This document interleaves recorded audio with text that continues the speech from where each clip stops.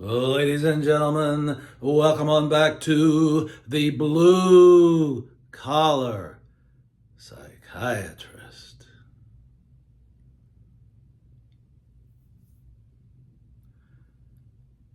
I'm going to refer you back to a recent video that I created called Why Didn't I?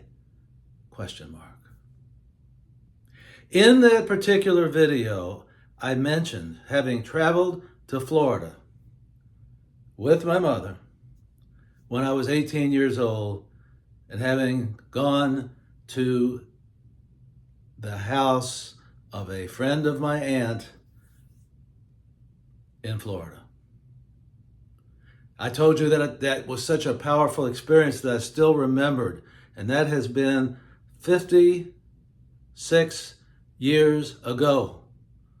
I still remember what the host served for lunch.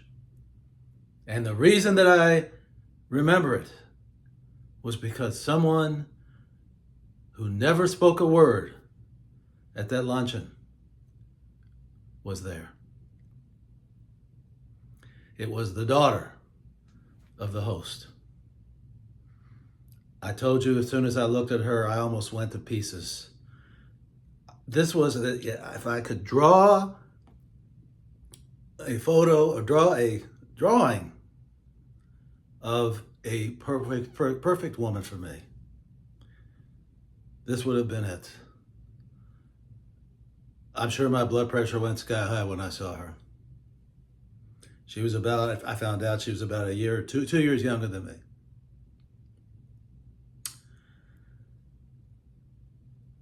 I did nothing. Now, it's true. I could have gone up to her, but there was really no way of doing it. That's why I say sometimes you have to force an opportunity. I would have to pull her over to the side because she was almost like sitting in a corner and nobody was talking to her and she wasn't talking to anybody. I would have had to force that one. But I should have been able to do that. That's what I'm talking about. That's what I talked about in the last video, is that sometimes you have to force an opportunity, even when it might not be there. But to show you and illustrate to you that one of the points that I made, it's that when you repeatedly shirk from your own responsibility to yourself, from taking advantage of an opportunity when you see one, it becomes a habit. And these issues or these lack of actions, these incidents start stacking on top of each other, and on top of it, it becomes very, very powerful, but in a negative way, because it becomes the norm. It becomes the way you conduct yourself when you see somebody. Oh, God, this is a beautiful woman. I've got to talk to her. I don't know. That's not going to win. That's a losing strategy. But here is the thing that I totally forgot this when I recorded the original video. About 5 years after having seen her at that luncheon, I was working in the summertime at a hotel on Miami Beach as a bellboy. The bell captain, believe it or not, was the father of that girl. And I knew it. And here was an opportunity, not so much to say, oh, baby, she's aware, she's awake, she's available, she's not available, whatever. Very simply, I could have inquired from him. I believe I met your daughter about 5 or 6 years ago. We were invited to your house.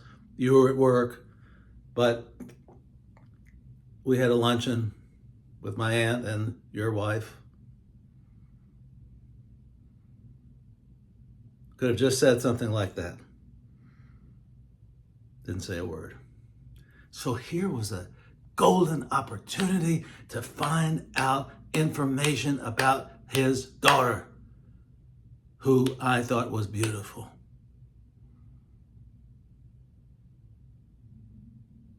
I could have found out whether she had a boyfriend or didn't.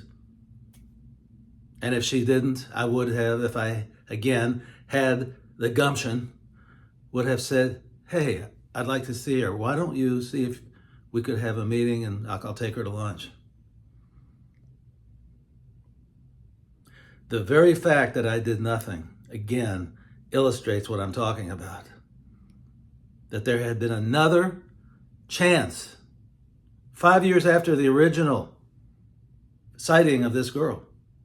There was another chance when I was a bellboy at that hotel under his supervision, or the supervision of the father. There was another chance to find out where she stood, what was going on with her. Was she still living at home? Where was she studying at a school? Did she have a boyfriend? I didn't inquire anything. Nothing. It's very hard to forgive yourself for doing that. Or for not doing that is a better way of putting it. I tell you the truth. You see, it's interesting. A lot of times you don't get a second chance. Well, I had a second chance. And I still did nothing.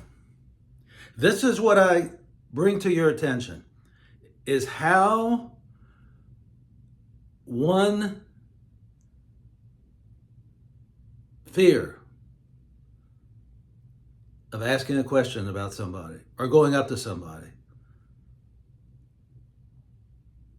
breeds the next one, and the next one, and the next one, and the next one, until it becomes a way of life, until it becomes the default reaction to seeing somebody who's attractive to you.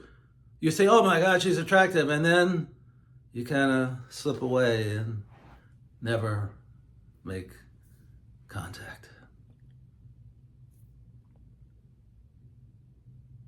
It's really pathetic. You can't do that. Of course, it's clear to me now. Perhaps I shouldn't be as hard on myself now because, it's many, many, many years later, and the water's under the bridge now. She had gotten married. I don't know where she is now.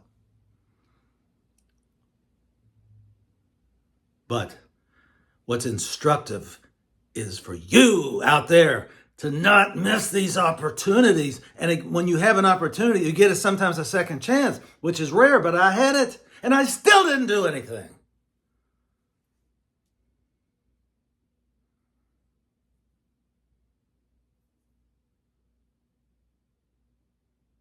You better get out of that way of thinking and behaving, because you have to break it down, and you have to force yourself to break it. It will not fall apart of its own. You have to break it to break that habit of shying away. Because if you don't,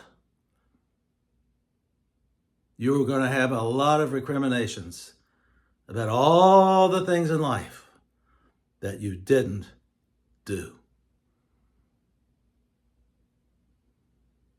Ladies and gentlemen, I invite you to drink and drink abundantly from the fountain of life. See you next time.